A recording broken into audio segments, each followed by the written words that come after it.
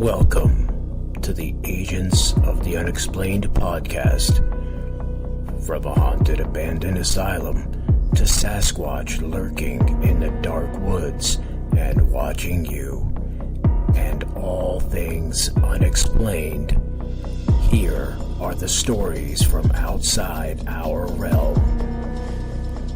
With your host, Bill Rigby.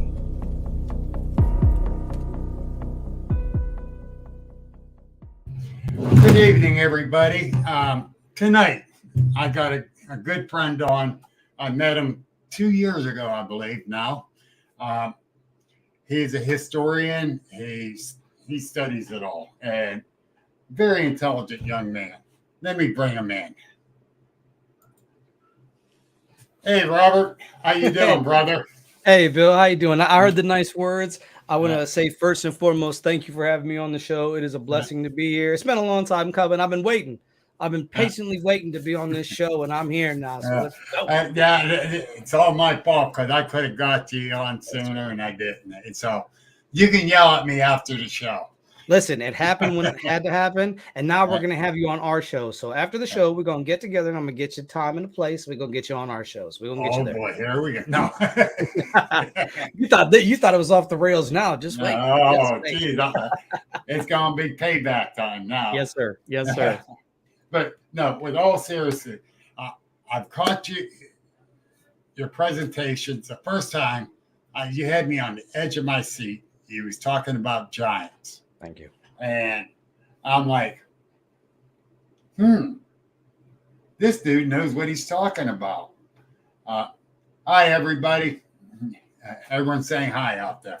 Oh, okay. Hello, Sandy. Hello, Teresa. Teresa's awesome. I know Teresa.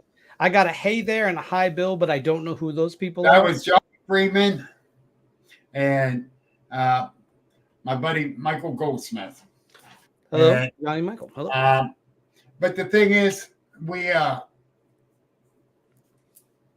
I'm sitting back listening to you talk, and I'm like, wow, okay. Okay. That makes sense. All right. And it's like, wait a minute. Where in the hell did this young man come up with this shit? And you know, that was on the first time I caught you. And it was shortly after that I called you. Yep. Or got a hold of you and asked you because I already had my lineup for my conference for last year. Yes, sir. The Paranormal Conference. And I said, well, I loved your presentation. Dude, you had me going great with it. I'm going to ask you. Even though I got everyone lined up for this year, can you do next year? Right away, you agreed. Yes, sir. And I do appreciate that because whoever's going to come to the show, you're going to knock their socks off. I'll guarantee it. Thank you. Guarantee it. It means a lot. Thank you. And then I found out he's older than he looks. So I'm not, I have to give him the gift slap to the back of the head. Hi, Gary. But yeah, but anyhow, give a little rundown on yourself. My name is Robert Solomon. I am the host of the podcast This Uncanny Earth. You can find that over on YouTube if you type in This Uncanny Earth. I have been doing the show for about 4 or 5 years now with my buddy Spider, aka Craig Houston. You can catch us every Friday at 10 p.m. Eastern Standard Time.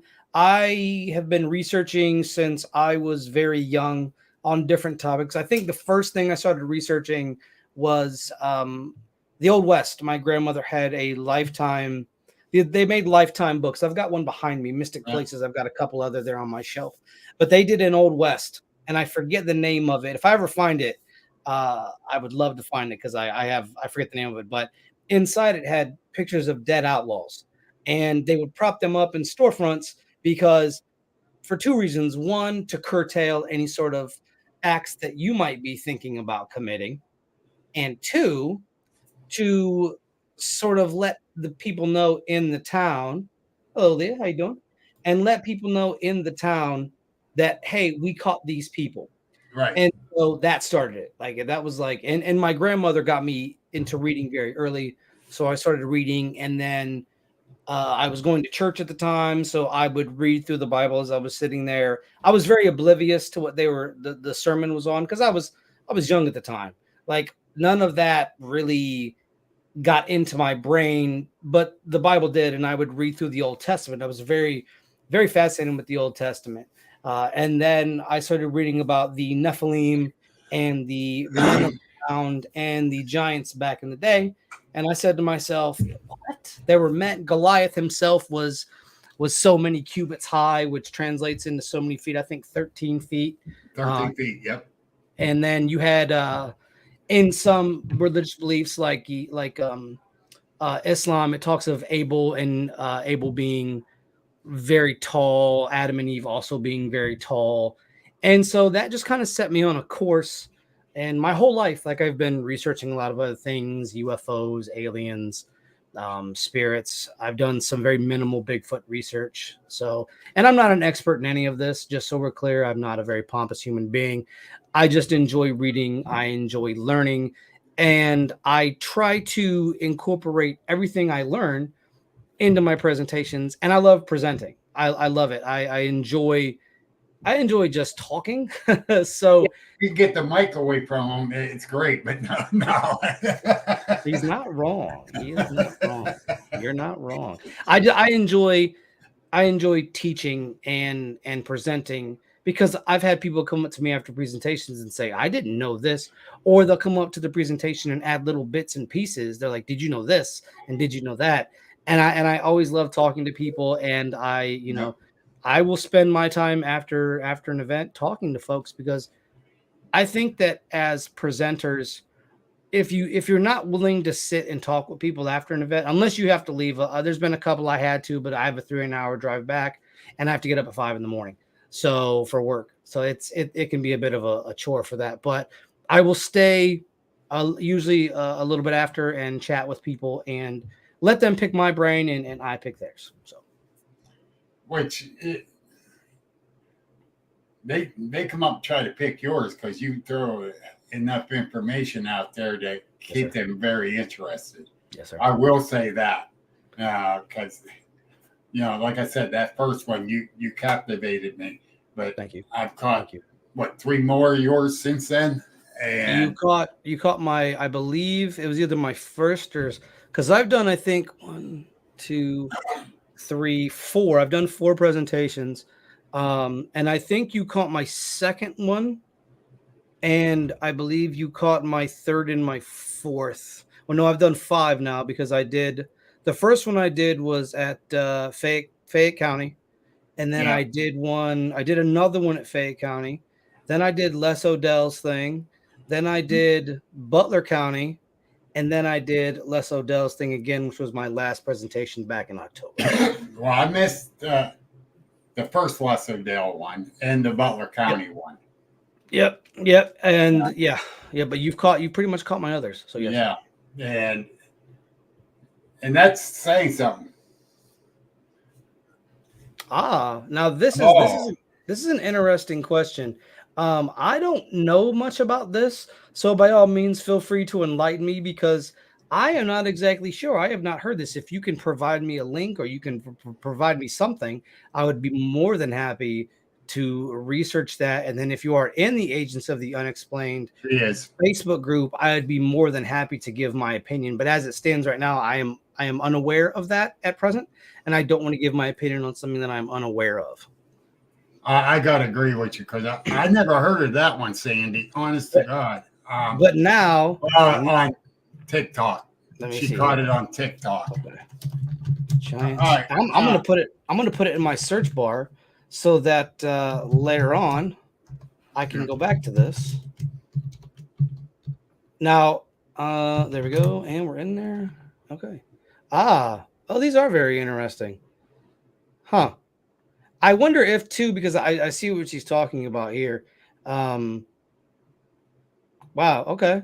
So as we can see, hey there, Griff. How you doing? Okay. I mean, So I have a couple different theories on Nephilim myself. One being that if we sit and look at the world, and I have a map of the world behind me, my camera doesn't show, but I have two maps. I have one of the United States of America, and I have one of the world. And from the research that I have done and the different books that I've read over my time on this earth, I have come to the conclusion that Antarctica at one point was a lush landscape. Yep. And I think that whatever Nephilim has, I saw the one that looked like a scuba diver. That's very interesting. I feel like whatever they were at the time might have been part of that. And if we read the book of Enoch and we read the book of the Giants, which a lot of people aren't very familiar with the book of the Giants because it's a very fragmented text. It's in the Dead Sea Scrolls. It's and I have a copy of it behind me. And what I have read is they put these Nephilim, they have put them in the earth. God put them in the earth for judgment. And while, like I said, this isn't something that I 100% have proof of. It's just a hypothetical because I enjoy kind of putting things hypothetically in my head and seeing where they lead. It looks interesting enough that, so the big sin that they committed was disloyalty.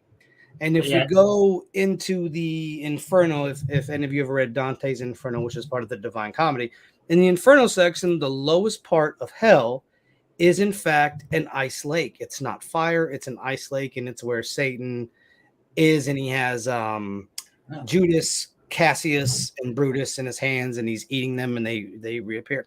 However, all of these people are trapped in this giant lake, all these people that were betrayers. And if we look at what Antarctica is, it is a frozen tundra. So, and like I said, this isn't something where like you guys are. Wait a minute. And I believe, yes, I'm going to give my little bit of theory here is I believe the Nephilims all drowned during the Great Flood. I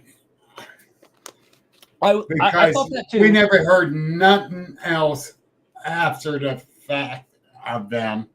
Except if you go to the book of Joshua, you have what is known as King Og and the Rephaim, and they were a race of giants. I talked about this in my presentation. Let me see, because I got the presentation pulled up. I had to pull it up just to see. I got to see if it's this one. It's my other one. Yeah, it's in my other one. But anyways, King Og had this huge bed that was pictured. I forget where they had pictured it at. I had to pull the picture. But if you look up King Og and the Rephaim, they were a race of giants. And the race of giants, the Nephilim, were based upon the intercourse between the angels, Semyaza, or I don't like to use the word angels because they're watchers. It's a different terminology. So I like to use the word watchers or messengers. And so upon that, then you have these giants that come forth. Gilgamesh supposedly was one of these giants. Well, if we read in Joshua later on, because Joshua happens way after the flood. Right. So Joshua, when he goes to take back, because they're trying to take back their holy land from these massive men, these gigantic men. And so the Rephaim, I think, are part of the Nephilim themselves. So I don't necessarily think, and this is, like I said, this is just my personal belief here. This isn't indicative of anybody else's belief, is that these giants were in fact not all destroyed. Some of them lived because, and I want to point to something here. If we look at not only Christianity, if we take Christianity and we're going to set it aside for a second here, but we look at Islam, we look at the South American Aztecs, Incas, Mayans, their beliefs. If we look at Native American beliefs, we look at Asian beliefs, China, Japan. All of these countries have a flood narrative. Every single country, culture, group has a flood narrative. Now, if we break that further down, that means that other people had to survive the flood. because God does not care for incest. And in order to repopulate a planet, you would need a lot more people than Noah, his wife, his sons, and their daughters. If you need to repopulate it in a nice amount of time. Now, I'm sure some theologians would like to go back and forth with me on that. I don't really try to argue about religion because it just leads to hassles and headaches. Yes. But in my personal opinion, I have read accounts of flood narratives in the Hopi where they went underground and the ant people helped them and brought them back up. I think, in my personal opinion, that more than just Noah and his wife and his sons and their wives and these animals survived this cataclysmic event. I think there's been multiple cultures that survived, and it is my personal belief that God exists to different cultures in different ways. I'm not, and this isn't to say anything against folks who are very strict Christians. I have nothing against anyone who is a peaceful follower of their religion, obviously. I think that there have been multiple cultures that survived the flood. Because if we look, there was a king in Islam in the Quran named Shaddad bin Ad, and he had built this mighty city called Iram of the Pillars, and it's supposedly located in the empty quarter. He existed as an antediluvian king pre-flood. And we have tales of pre-flood kings that existed. We have Gilgamesh that existed pre-flood. We have Shaddad bin Ad. We have Noah who existed before the flood. We have all these civilizations that existed before the flood.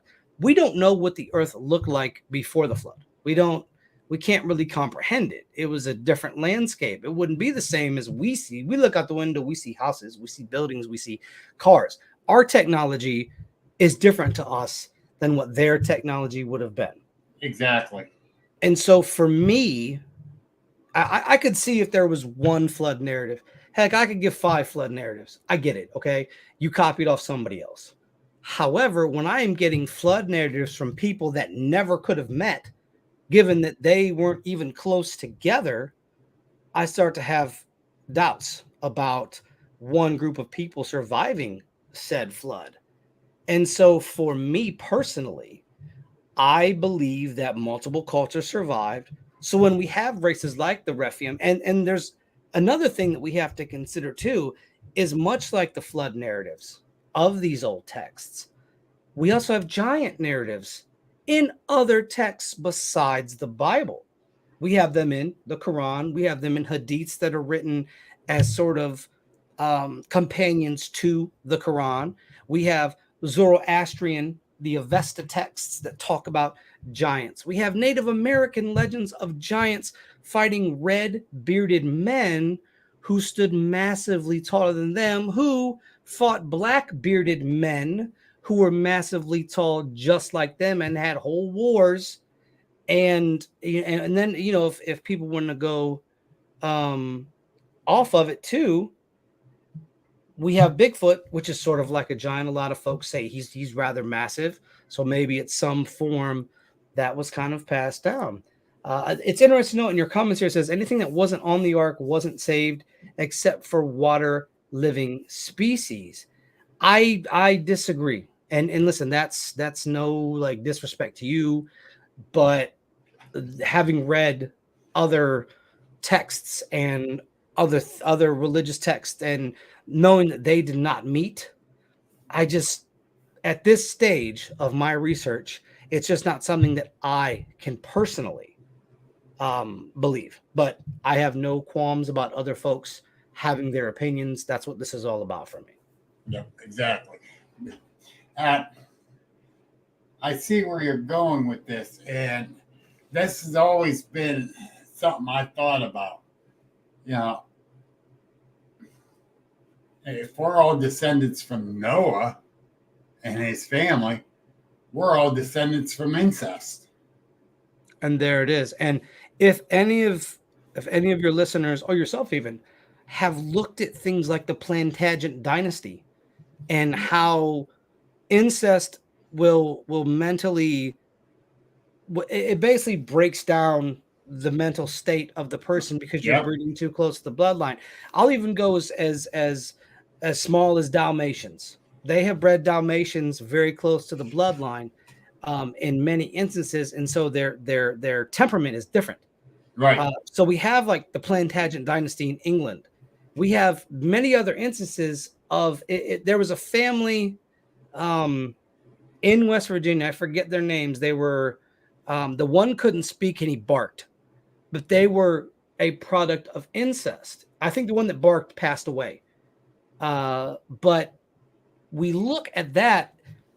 You cannot have incestuous relations and have normal children. You're going to have issues. You're going to have hereditary problems. And a lot of people like to point to something that I have read about, and they say, well, what about Adam and Eve? Okay, they say, well, there were just two people. But if we look at Genesis 1:6, God talks about creating mankind, woman and man, go forth and multiply. He doesn't get to Adam and Eve until we get to the Garden of Eden, which is much later on in Genesis. The Whitaker family. Thank you, Sean. And shouts out to Sean. Thank you so much. The Whitaker family. That's exactly who it was. Thank you for that. Thanks, and we go to Genesis 1:6, and 1:6 says, I create mankind. And, a lot of people say, well, that might be just Adam and Eve. Well, we further go along, and we get to the tale of Cain and Abel. And so Cain slays his brother Abel, and God says, okay, I'm going to put a mark on you, and I'm going to send you out to Nod, to the wilderness, to these places. And he says, well, if they see me, they will kill me. Well, who is they? Who are these people? See, I think personally that Adam and Eve are code for man and woman. And like I said, not to go too far off topic on that. Yeah. To me, if you read the Old Testament and you look at what the Garden of Eden was, it's very interesting that it reminds me of a giant sort of what we would call a co-op today. Right. That would have fruits, vegetables, seeds, things like that. And the surrounding cities, nations, would come to the garden to get what they needed to survive. And once mankind had sinned by eating the apple, whatever, I'm still kind of researching what that could have been. I don't think it was just eating of an apple. I think there's a lot of symbolism in the Old Testament that you have to kind of read through. It's not just as cut and dry as this, that, and the third. And I don't mean to go into a big religious text on this one for some of you folks, so I apologize. But I think that once we have that, and then we look at the size of people, and we look at how tall folks were, I don't think it's too hard to say that giants existed. And then when you get further on, you get cases of the Smithsonian showing up and taking whole skeletons and disappearing. These skeletons have they're gone. Whether they destroy them, whether they put them in a big warehouse like on Indiana Jones, and they're found by top men, right? Yeah. It's to me. Now here's the thing: the giant of Kandahar. Okay, the Afghanistanian giant. Yeah. Okay. All right. I believe that's a true story. I do. Okay. But it's hard to fathom. But you got to keep an open mind on this. I agree. And because it's not just one person talking about it, it's a couple different people. I think too. Let's pull back. Let's pull back at where the giant was seen. The Middle East. The Middle East is a hotbed of war. And personally, once again, this is my personal opinion. This does not reflect Aiden South Explain or Bill. This is my personal opinion behind this. I don't think we're over in the Middle East for oil by any means. I think we're over there to find out something. What that something is, I do not know, because we are nowhere else on the planet besides Antarctica that we are in the Middle East.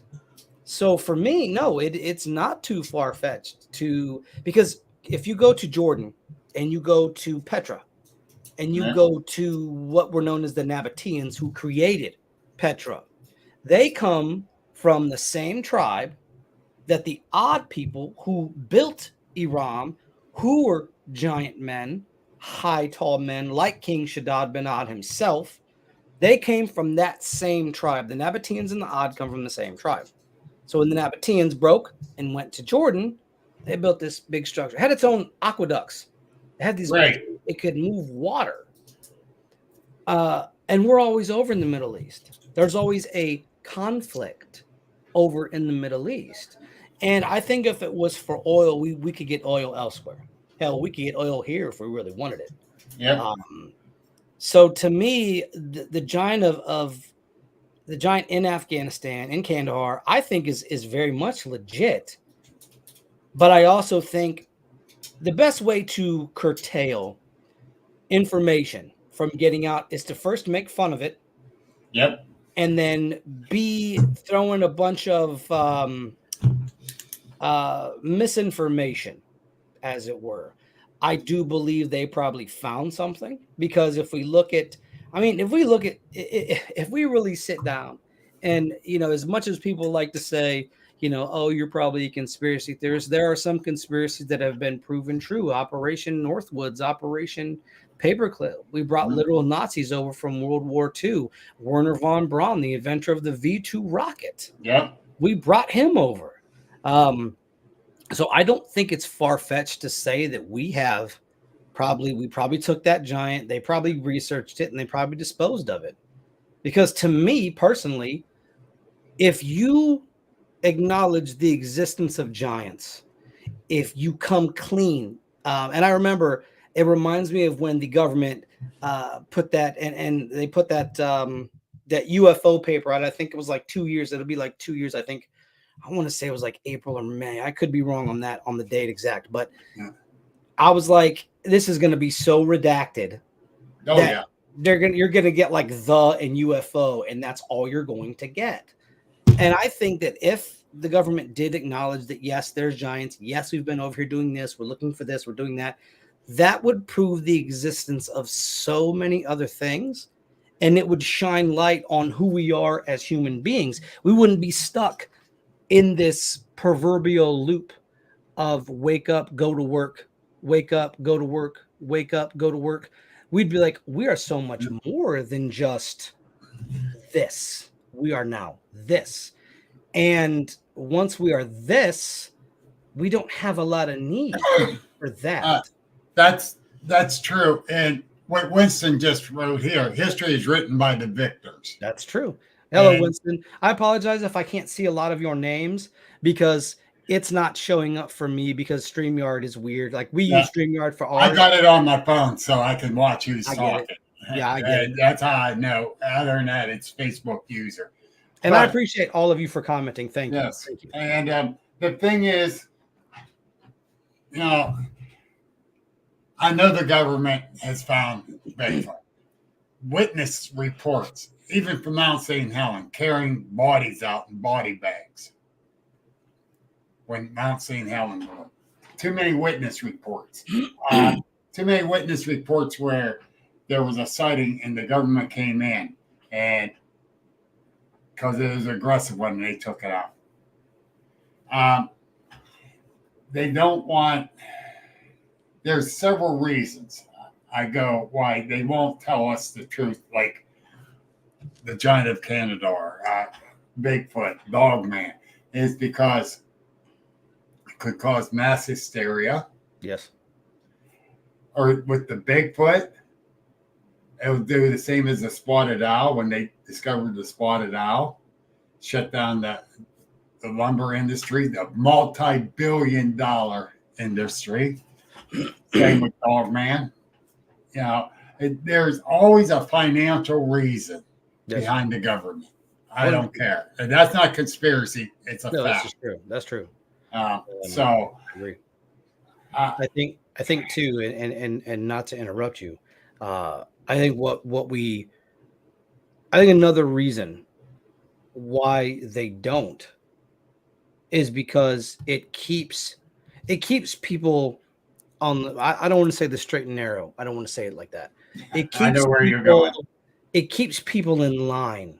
It doesn't have people thinking or guessing or reading or researching. It has people sort of stuck. You know, I have a buddy of mine, and I love him. I love him to death. He's a good guy. He's a good family man. But he's not into what I'm into. He likes sports. He goes home. Yeah. He spends time with his family. He's a good man. He's a good family man. But he's not into what I'm into, and that's okay. That's perfectly fine. But you're into pro wrestling. Oh yeah, who doesn't like a little pro wrestling? I grew up with it. We all have things we like outside of the research that we do. Yes. Exactly. I do a little Macho Man here and there. You know, I enjoy it. But I think I think the internet, by and large, while on one hand the greatest thing that's ever happened to mankind, is also the worst thing. Yep. That has happened. It's a double-edged sword because I can go on right now and I can get tons of knowledge, tons of information, or I can go online and spend 6 hours on social media and not learn a single solitary thing. And I think that I'm 110% behind you on that because number one, I've been saying for a while now, and I know a lot of people have heard me say this. I hate the internet. I really do. It's a pain in the ass to me. But Eric and it has helped bring Bigfoot mainstream. The Mothman's mainstream now. Oh yeah, he is. Yeah, sure is.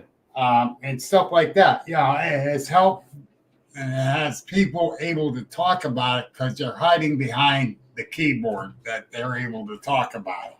And I got to say too, like our civilization at this point, I'm somewhat proud of it in the sense that when we were kids. When I was growing up, you know, I could talk about this to my mother and my father. You know, my grandmother saw a UFO when she was a kid. My mother would hear doors slamming and people running up and down stairs in the house that she lived in. So it was a little more lax for me to discuss things of that nature. But by and by, you couldn't just talk to random strangers about that kind of stuff because people thought you were cuckoo. They thought you were nuts. When the internet really came out and people were able to share, they're like, oh, you had this happen to you. Oh, you had this happen to you. Oh, you know, a granny witch, or oh, you saw the bones of a giant, or you saw this spirit, or you saw this and that. And that to me is a beautiful thing. I love meeting people of like minds that both challenge me in new ways to go about research, because research to me is something that I love doing, but I also love sharing it because I don't mind being corrected.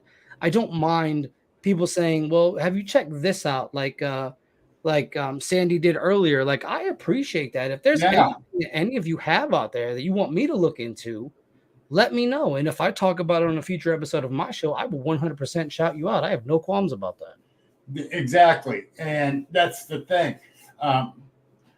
There is so much going on with the internet itself and our research and that. And I'm not that big on the internet and doing the research on it. I love the armchair researchers. I really do. Even if one person says I hate them, they're so full of shit. I love them because they do the work I don't like to do. You know? See, I love it. I found so many ancient texts that I couldn't. Yeah. There's a place called Sacred Texts online, and I have read the Avesta, which is the Zoroastrian scriptures, and I couldn't read that normally. Like if I wanted to get that from a library, I'd have to wait like a week to 2 weeks, if I even got it, if they had it in the system. Mm-hmm. But now I can get it at the drop of a hat. Like I can read anything.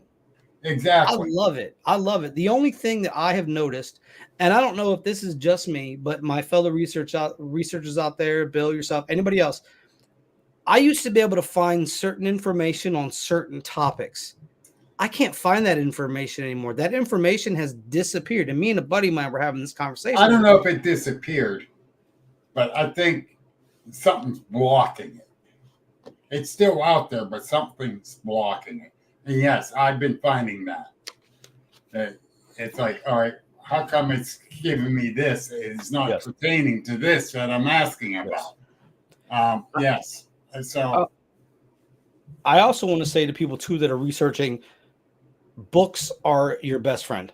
As Yes. much as I love the internet, books are your best friend. If you look behind me, I have quite a wealth of knowledge. I'm not tuning my own horn. I love books and I hoard books. I have so many heckin' books. Nice. I have so many books. Like, I was telling Bill behind the scenes earlier that I go out at least once a month and buy, you know, three to 10 books because I need the research. I need the literature. I need more and more information because I'm trying to get to a point in the research that I'm doing. I have goals, I have endpoints, places that I need to go to that aren't in this country, that are in places that are kind of war torn at present, but I need to get over there. I need to see it. And I have a couple people that are like, you know, aren't you afraid to go here? Aren't you afraid to go there? I'm not afraid to go anywhere, to be perfectly honest with you. If it's my time to go, it's my time to go. And why sit at home and be afraid when I can go out Exactly. and meet new people? Because I don't believe people are bad in other countries. I believe that we're taught that people are bad. But I think if you go to another person's home, sit down and eat with them, that's a beautiful way to get to know somebody. You share a Right. meal, and there's a lot of places, because my goal is to go outside of the United States after I've been through the United States. And no, Sandy, but I am working on a books, and thank you for that. Yes, I was telling Bill I am working on one. But our country, as it is right now, from our history, right, from our history, is a very small drop in the bucket compared to a place like the Middle East, parts of Europe. I definitely want to go to Scotland, Germany, all those places, Rome, the Vatican, Yeah. all of it, because to me there are things that you can watch as many documentaries, you can read as many books, and the good Lord knows I have read and watched both. I've done both. But there's nothing like going. There's nothing like feeling the energy of a place of and you know, places like Auschwitz or Treblinka. Even here in Ohio, we have the Mansfield Reformatory for those of you that are near here Oh, or know yeah. about it. And I kid you not, when you go across those doors and you go past the warden's office in that area and you go into the prison itself, the atmosphere is different. I don't care what anybody says. I've been to places. That's one. There's a place in Sutton, West Virginia. That's another. Those two Yep. places, for me personally, have really sort of not so much changed my views, but added to my views. And I've seen and I've heard things that I can't explain. And I am a person, above all else, I want to get to the bottom of what it could be first normally. Oh, you heard something slam. Okay, is your door ajar? Does it sit in an incline? Do you have to prop something against it to keep gravity from closing it? Okay, that's what it is. Cool. Well, there's something else. Okay, can we explain it first? We can't. Now the fun begins. That's the fun part, is trying to explain it. And like I said, I've seen things that I can't I've witnessed spirits. I've seen UFOs. I saw a cryptid like animal once driving home, and it wasn't a dog. I know how a canine moves. I know Right. how a wolf moves. I know how a dog-esque animal moves. And this was very feline, and we don't. And it wasn't a mountain lion. This was totally something different. So, and like I said, I'm open to interpretations of what anything I Yeah. could have seen, what that could have been. I'm a skeptic first, but I'm a very respectful skeptic. I don't just shut people down. I'm not saying that's not true because I didn't live your life. I didn't see what you saw. I'm going off what you said you saw, and there's a lot to it. Yeah, a lot more to it. Yes, Yes. sir. Yes, sir. And that's the thing. You just gotta keep your mind open, listen to the people, and be respectful to them. Agreed. Yeah. And that's the thing. And I know a lot of people out there are not that way. But hey, we're going to take a quick break. I got to toot a horn here for two different things. And what if you go to Agents of the Unexplained Facebook page, you can get your pre-sale ticket, pre-sale t-shirt to the event, or you can get the bundle, the ticket and the tee together. Site's there. You need to get on our page, go order, because the time's coming out quick. We got 3 months.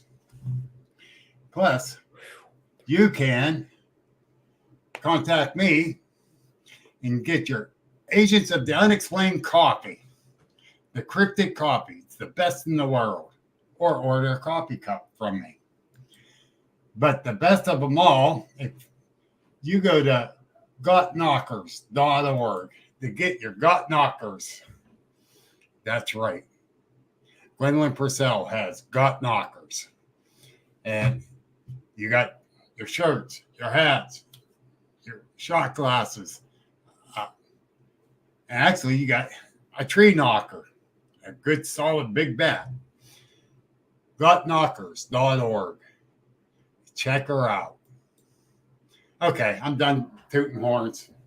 You gotta do what you gotta do. Yeah. Station break. I get it. Yeah. I get it. I had to throw that. Oh, and one other thing. Robert will be speaking at the Penn Ohio Paranormal Conference. Thank you. Like I said, I asked him right away. I had the first year all lined up, and I said, I already got him lined up. Will you be the second year? I want to have you at the conference. And he jumped on it. Yeah, I'm very excited. Thank you very much once again. I am truly blessed to have a great community. I don't take it for granted. I enjoy speaking with folks, so I'll be presenting. And then if you guys have questions, concerns, comments, gripes, whatever you have, bring it to me. I would love to have conversation with you folks. He will have a table set there that you can come up to him afterwards or even beforehand. Please. He will be there. Please. I'm very excited. I've been excited for this. When I was in the car when he called. I was doing something. I was in the car. And I'm like, what is this? And I'm like, hello? And it was Bill's voice. He's like, hey, Robert, I got him lined up this year. What about next year? And I'm like, just go ahead and pencil me in. Rain or shine or snow, considering that it is Ohio and Pennsylvania. And it's end of March. And March, right. I'll be there. I will be there. I'm looking forward to it. I will be speaking on Giants, but if you have been to my other presentations, you're going to get some new information that I have not presented yet at any other event. And that's one thing that I try to do with each event I present on. I give new presentations. I don't like giving the same presentation at every event that I go to, because if you've been to the first presentation, you're just getting the same one. But if you've been to the first one and you go to the second one, you're going to get some new information. You're going to get some new information to go home, digest. And like I said, I am, if you want to message me for questions or anything else, you have questions, concerns, comments, feel free to reach out to me. I love discussing Giants. I love discussing religion. I don't get into politics much because I believe politics are just it's gross, to say the least, and it's very divisive. And if anything, I want the knowledge that I share to bring us together so that we can have good conversation. I think good conversation is what breaks down barriers. It breaks down division. I have a really good friend of mine try to say some political stuff towards some of the stuff that was on my agent's page.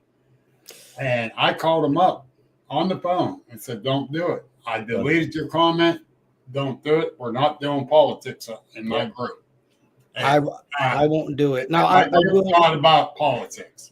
I will bring in politicians if it relates to the research that I'm doing, i.e. if I talk about the atomic bomb, for instance, then I will talk about Truman. Yeah. Because Truman was part of that. It makes sense to bring that into to play. That's not really about politics. That's about history. Right. And so in that regard, yes. But as far Yeah. wise as issues and things like that, I have my own personal beliefs and I keep them to myself. Yeah. You know, it's because I don't want, and we talked about this before, I don't want any negative aspects of myself to overshadow the research, because if Exactly. the court of public opinion is tough. And That's another statement. somebody here, you know, said hoaxers are and have been hurting the real cryptid researchers. I agree 100%.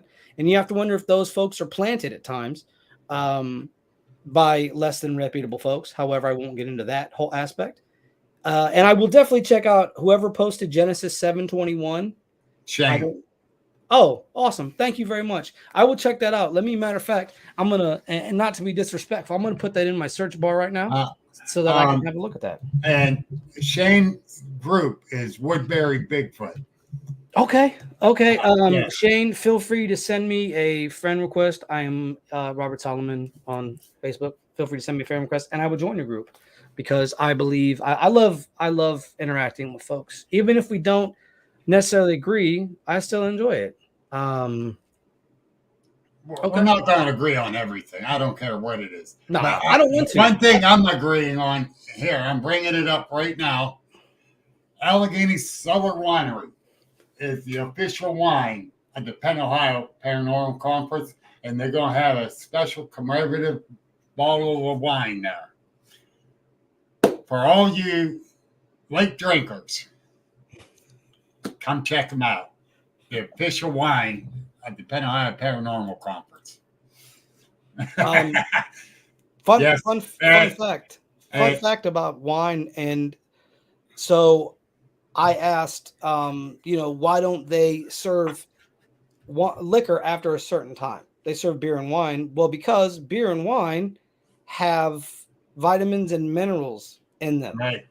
And liquor does not. Liquor has one purpose: to get you drunk. So I didn't know Yeah. this. It's something I did not know until recently. So just a little fact I have. Do I have opinions on the Wendigo, the Native American aspects? Let me start by saying this. I believe that all of us today live in what is known as the New World. We live in the New World, not the New World Order or not anything of that nature. I believe we have the Old World, which is the pre-industrialization of the world. So we're talking before industrialization. And now we have the New World, which we live in today.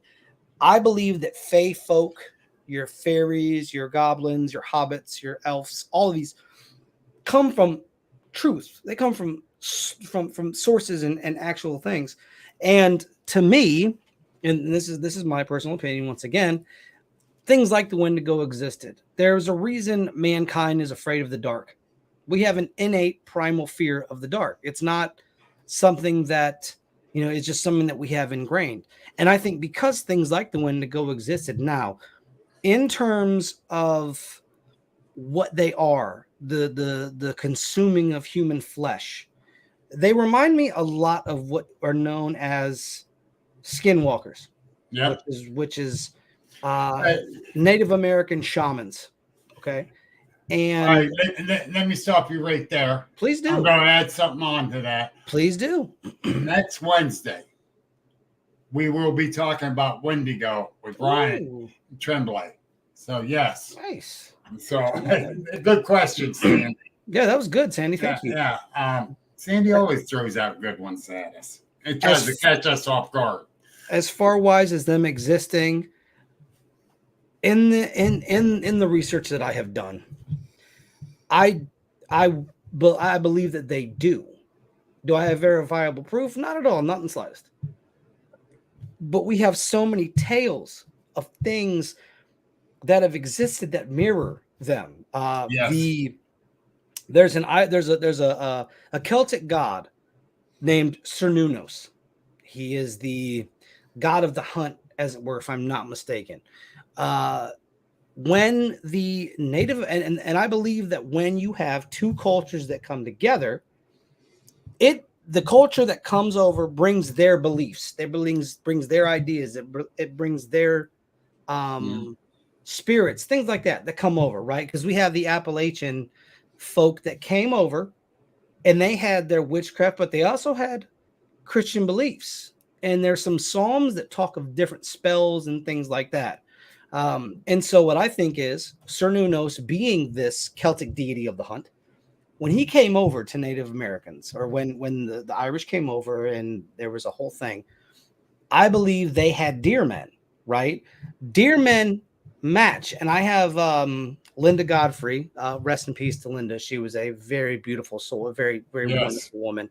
I had the chance to have her on our show a while back. And I got a couple of her books, American Monsters, and I Know What I Saw, which is the Beast of Bray Road. Right. And in that book, she talks of deer men and people seeing them, people seeing fires lit in the middle of forests and these half deer, waist down or waist up, and then half human, either waist down, waist up. And I was able to track Cernunnos, the idea of Cernunnos sort of being brought over to Native Americans. And, you know, that sort of whole concept, and then deer men appearing.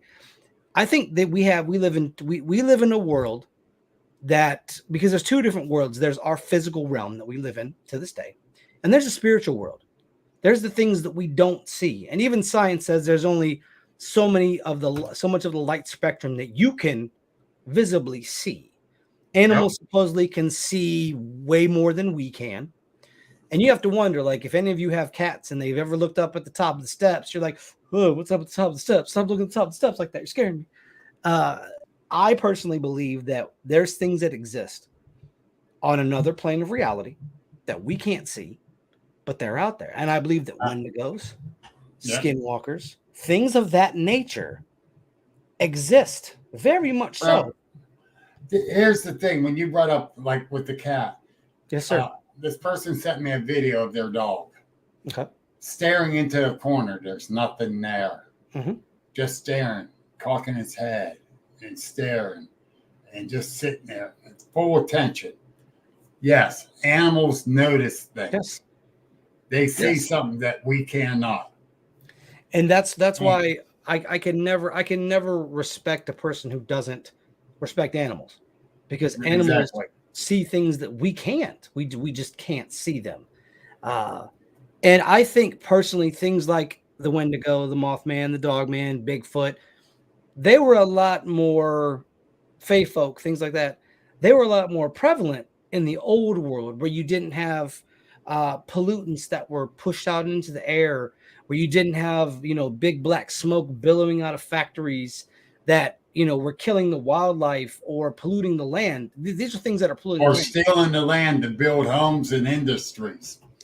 Also, do not forget these, and I'm not one necessarily for the whole 5G thing, but I do believe that these towers that they built, these cell phone towers, these power lines, things like that, do resonate a certain frequency that has pushed these entities or these beings to the fringes of wilderness. The Pacific Northwest has quite a few tales of Bigfoot-esque creatures.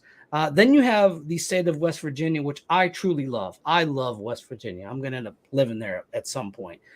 But they have so many anomalies there because it is one giant forested mountain region. You can't really build there like you can Ohio or Pennsylvania, because we have flatlands. You can build on flatlands. At least in Ohio. Ohio is a pretty flat state. It's pretty much so. Yes. If you get lost in the woods in Ohio, for the most part, you will get found. It may take a day or two, but they're going to find you. Go to the Pacific Northwest. Go to the Appalachian forests. Go to the Allegheny forests. Yes. Good luck. Good luck. Good luck. So I think because we will be there. Because we will be there this summer. Yes, and we were there in September, and there was some things happening, but it wasn't. How can I put it? Wasn't totally Bigfoot. Some of it. I believe that. Yeah. Yeah. Up in the area we were in, paranormal, cryptid, alien. It's all been reported there. Yes. The rake. Actually, I saw the picture of the rake near Jacob's Rock.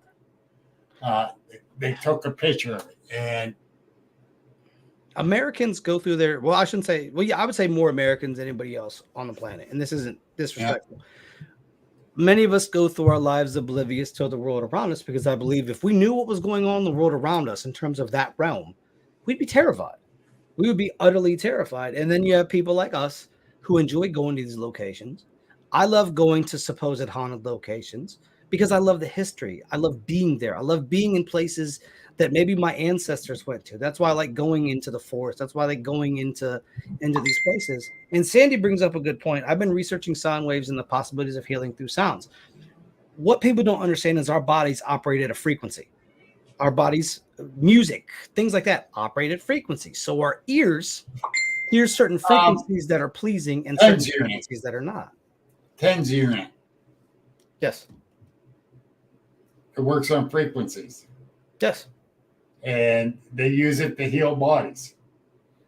And that's the thing. We don't, the pharmaceutical industry will 100% shut down anything that is not a pill form and that you don't have to pay for. Once again, it's all about profit. It's all about a mass profit. That's what we're doing. That's what we, and you know, I'm not saying that all medication is bad. I'm not one of those people. I take aspirin for headaches because it relieves the headache. I just, that's what I do. So I would be a hypocrite to say, I don't take anything. I don't think you should take anything because I'm taking aspirin. So I would be a hypocrite. But I think that there's some things that, you know, in the food that we eat, the food that we're consuming is slowly killing us. Right. You know, it's, you know, the pesticides and the processed foods and everything else. That's neither here nor there. But I agree with you, Sandy, that there is healing through sound. And I don't think it's a lot of people. And the problem is, and once again, I think this points back to a lot of people will take stuff like what you're researching and they will turn it into this whole new age movement thing, which I am personally not a fan of. I am not a fan of it because you're taking away the scientific aspect of it and you're putting in more of a, I don't want to say hippie vibe, but you're putting more of a, like, it's just the ether or the vibes when it really can be scientifically broken down. And if you want people to believe it, skeptics, things like that, you have to put the science to it. Like I was telling Bill, these granny witches made potions and poultices that worked. And it was scientifically proven that these poultices and potions worked. But once again, it's all about, if you spread enough misinformation, people aren't going to believe you. And if you spread it enough, you'll destroy whatever foundation that people believe on. And like I said, I'm not trying to insult folks. If you are a new age practitioner, that's on you. I personally, it's just not something I am into. That's and I will leave it at that. The new age practitioners, I believe some of it's very, very good. Same, I do too. But some of it, it's like, really? What I've noticed, you can tell in the way a person's presenting it by how much they're trying to sell you.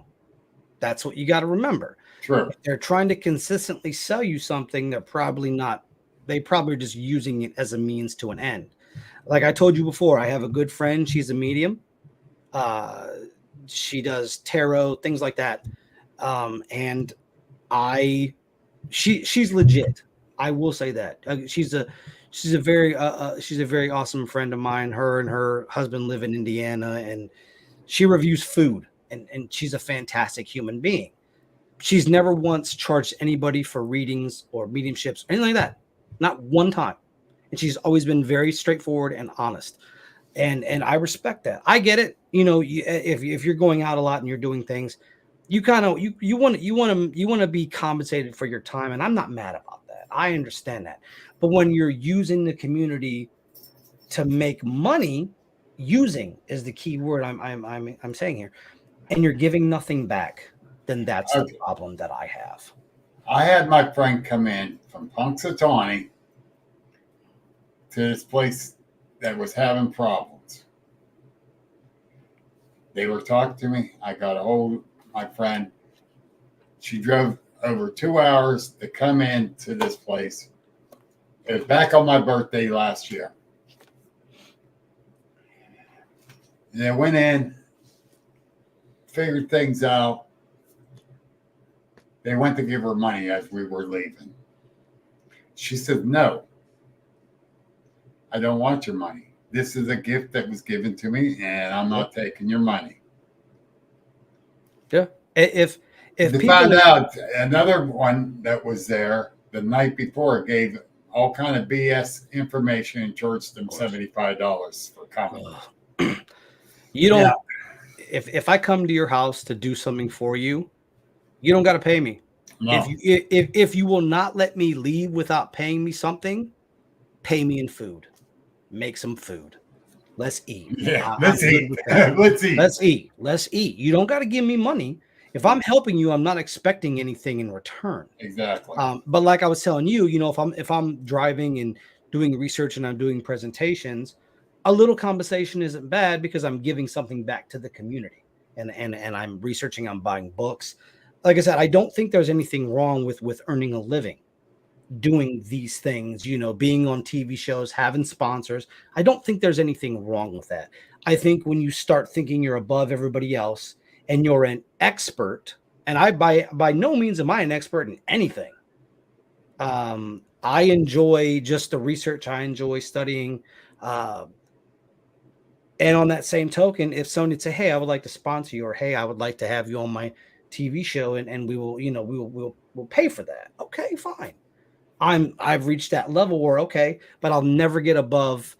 I'll never have a big head, because if it wasn't for folks in these comments, like I'm blessed to have all of you commenting, and I love each and every one of you, and I appreciate each and every one of you, and I appreciate and I love Bill. Without you guys, I wouldn't be here, and I never forget that. I'll never forget that. If one person shows up to my presentation, and that's all that shows up, I am still blessed that at least one person showed up, because they didn't have to. You don't got to come out and see me. You are spending time listening to me talk about something I love, and that thrills me to death. I love it. I love it. I do. I love it. I know the one place I'm speaking at this year. They asked what I want to speak. Well, it is a few hours away, and it's a 3-day event. Motel room, and if possible, some food per diem. Yeah. Well, now I'm contacting them again. I'm going to contact them tomorrow. Say I'm not going to need a room. I'm camping right down the road, so I don't need a room. They wanted to pay. No, but if I'm staying up there, which at the time I wasn't sure about where I was staying at, and now I'm camping at friends of mine's place, which is right down the road from it.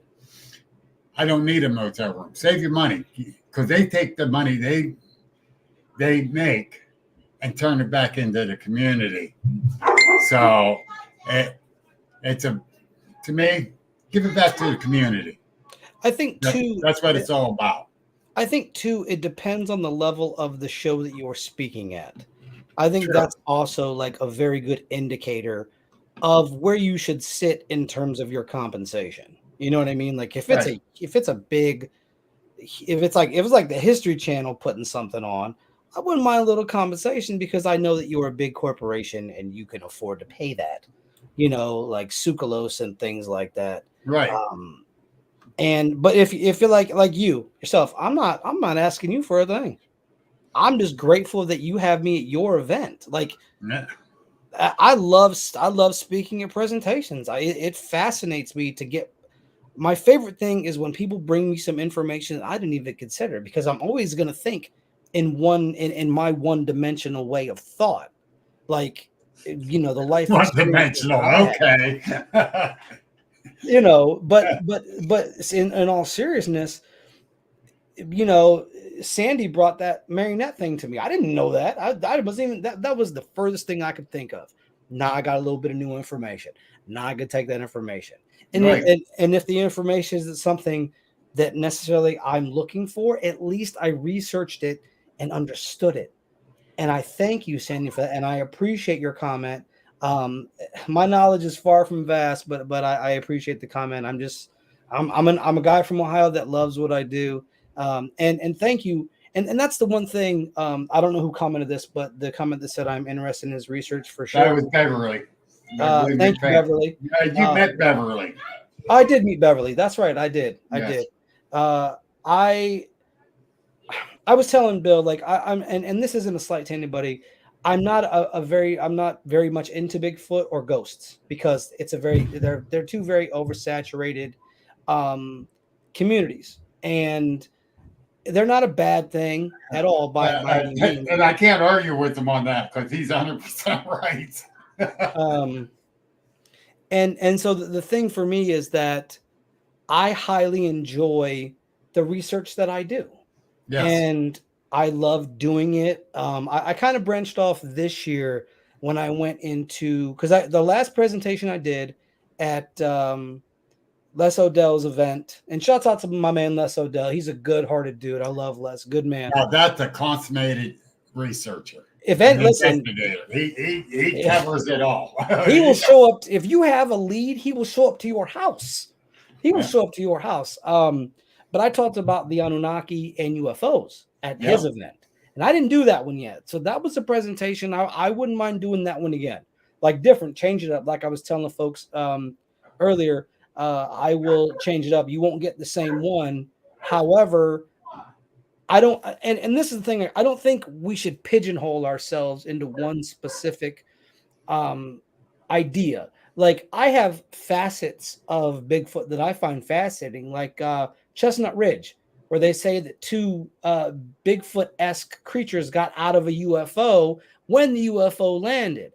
That fascinates me. Jamie and Jenny King, they talk about the structures, these sort of like, that they build. And Jamie said he went in, and those are two amazing, phenomenal people as well.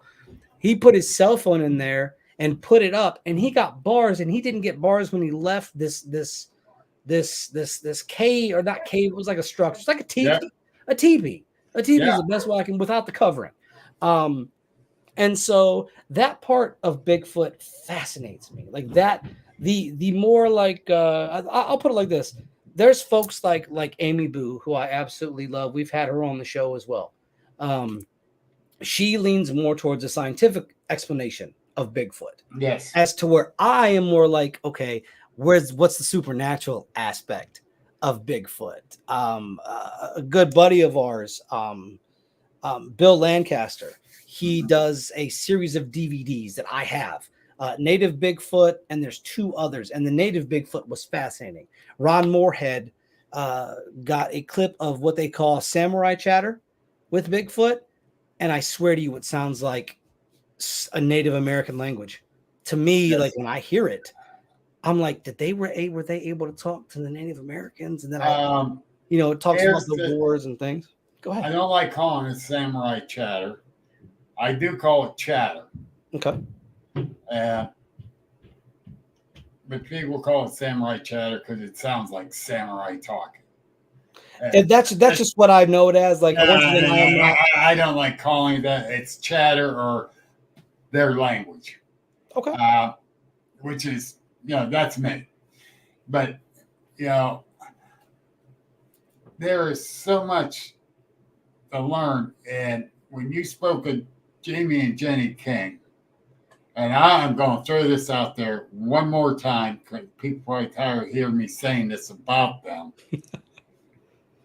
They are the most awesomest, nicest people you can meet. Good folks. They are my mentor, both of them. They are my mentors. I love them. I love Good them. folks. Good folks. Yes.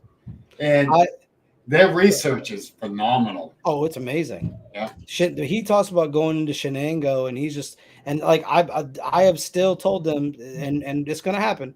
Y'all gonna see it happen. I'm gonna go out with them, and I'm gonna see this, because it's one thing for me to watch all kinds of videos, documentaries, read about it. I want to be with the researchers in their field, and I want to hear it too, because it's not that I don't believe that they haven't seen these things, but I haven't. And I haven't heard or seen these things. So until I hear and see these things, I can't verifiably say that I believe it. That's all. You're like my wife.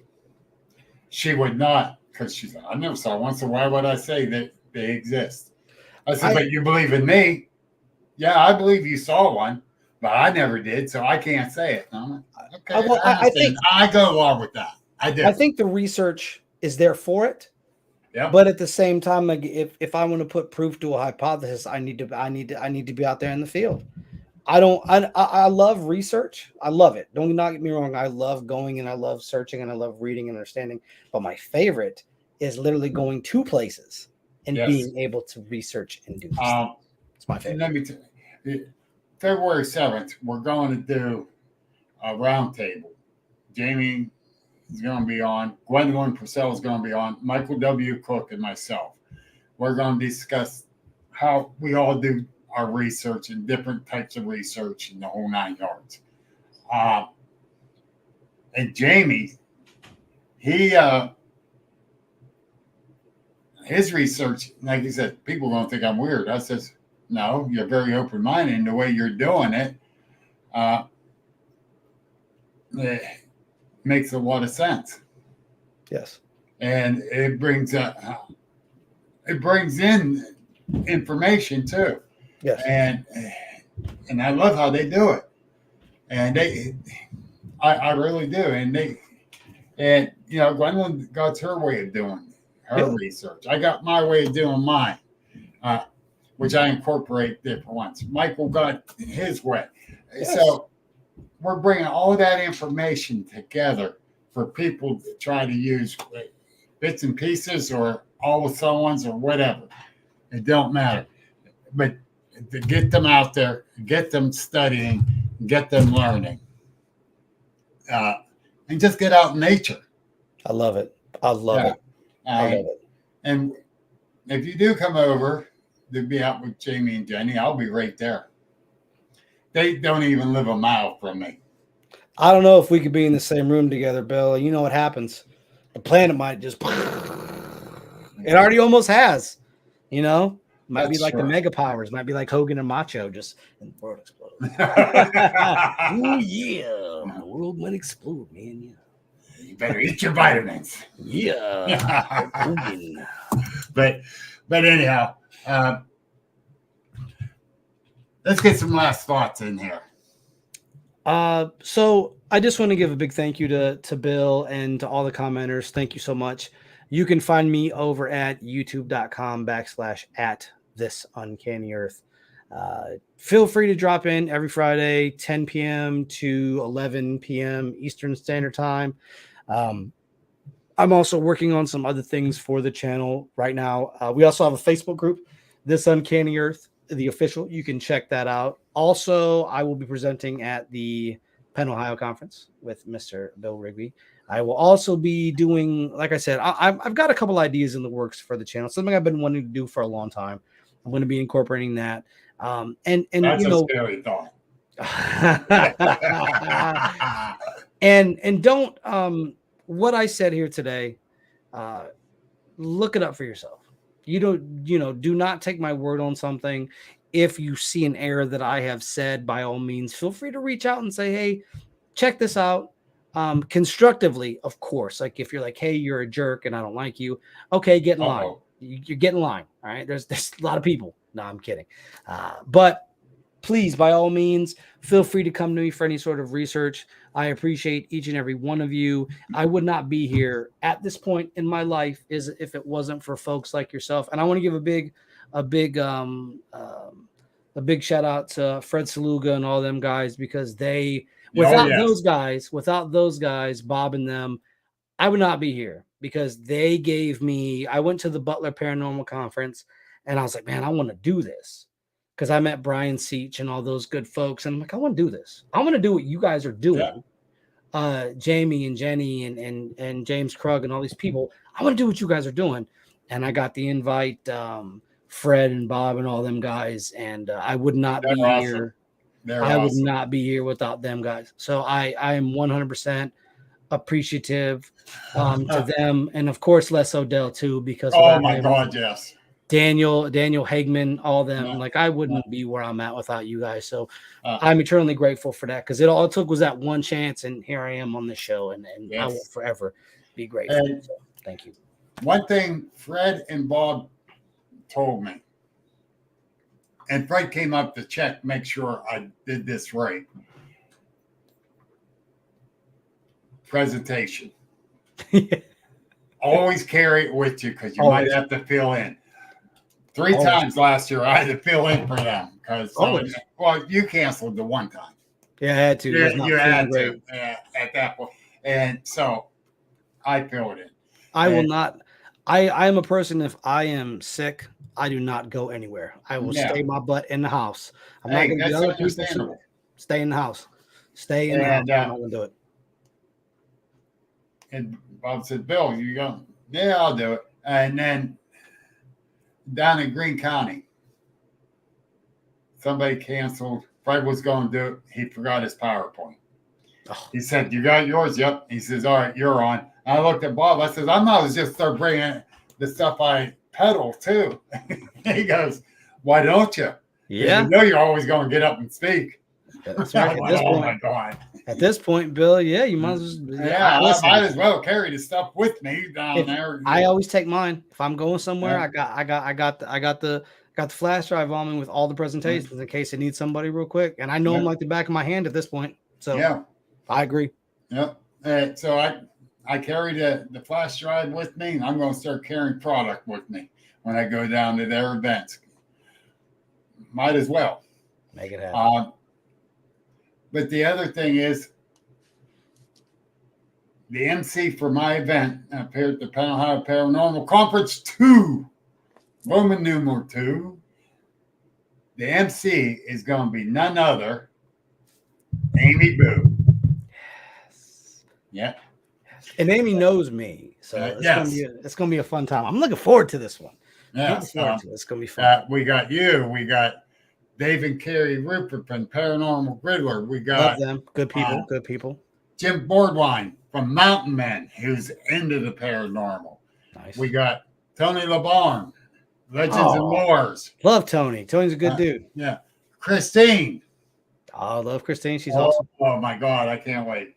You know, I got one hell of a lineup, and Ryan O'Shea says this is the most ass-kicking lineup of speakers, and I'm very happy about that.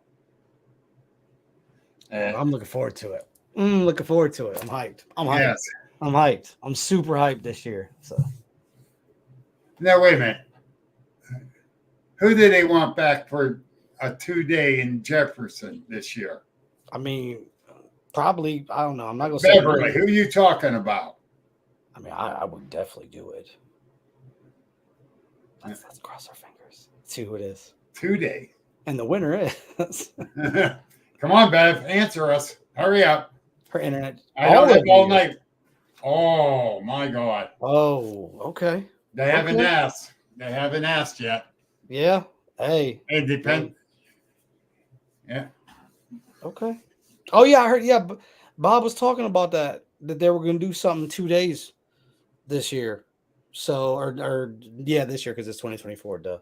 He was talking about it. So, was that the Greene County one, Beverly? Still in the works. Okay, that's fine. Oh, okay.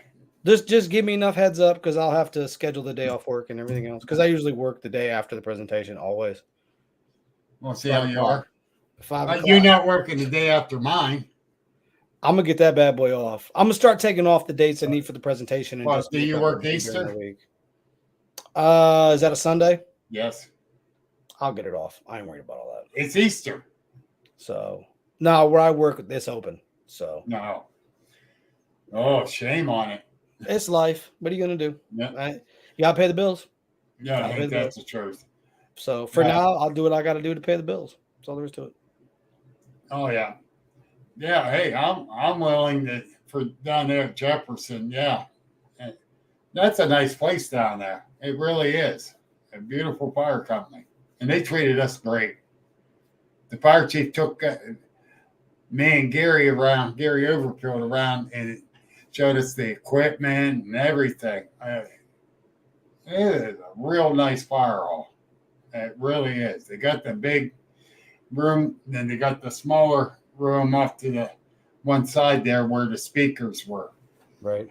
Yeah, I ended up speaking there. I don't think I've been to that one. I haven't been to that one. That was the first time. That was the first time, and I can't remember who. I think it was Dan Benoit. He canceled because he couldn't come up. But Fred was going to take his spot, and I ended up taking it over because Fred was going to bring his PowerPoint and forgot it. Good old Fred. I think he did that on purpose just so I'll get up and speak. But anyhow, hey, everyone, I want to thank you all for jumping in, listening, questions. Robert, you're awesome as always, brother. Thank you so much. Thank you. It's very much appreciated. Thank you for having me. Oh, my God. I really enjoyed it. A lot of information to swallow. And Thank you. Let me throw my outro on there. Please do. This has been an Agents of the Unexplained original podcast. Like us on Facebook, subscribe and view on YouTube, and please visit our store link in the bio. Thank you for listening, and remember that paranormal is the new normal.